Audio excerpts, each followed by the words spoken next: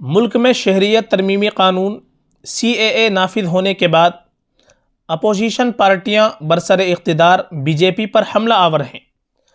ساتھ ہی کئی مقامات پر اس سے متعلق احتجاجی مظاہرہ بھی ہو رہے ہیں۔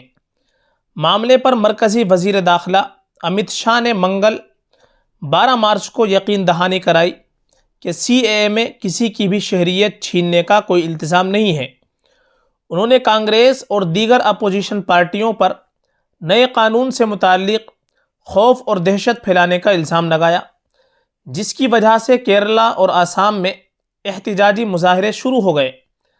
امت شاہ نے متنازع CAA سے متعلق پھیلے خدشات کو دور کرنے کی غرض سے بڑا بیان دیتے ہوئے کہا کہ نئے قانون کی وجہ سے کسی بھی ہندوستانی کی شہریت نہیں جائے گی۔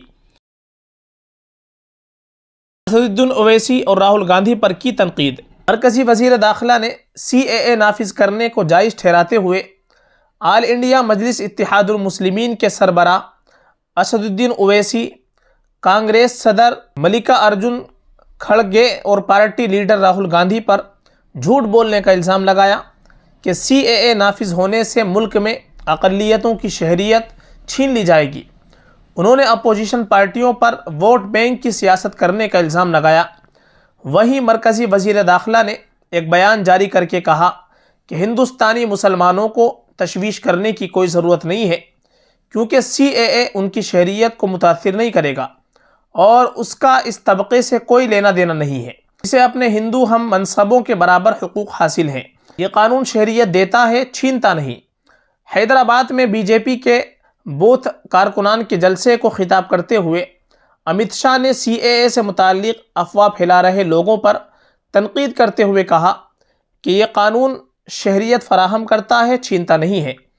انہوں نے کہا کہ میں اس ملک کے اقلیتوں کو بتانا چاہتا ہوں کہ CAA کی وجہ سے ملک کے کسی بھی شہری کی شہریت نہیں جائے گی۔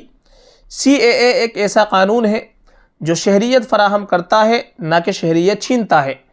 میں آپ کو یقین دلاتا ہوں کہ CAA میں کوئی التزام نہیں ہے جو کسی کی بھی شہریت چھینتا ہو۔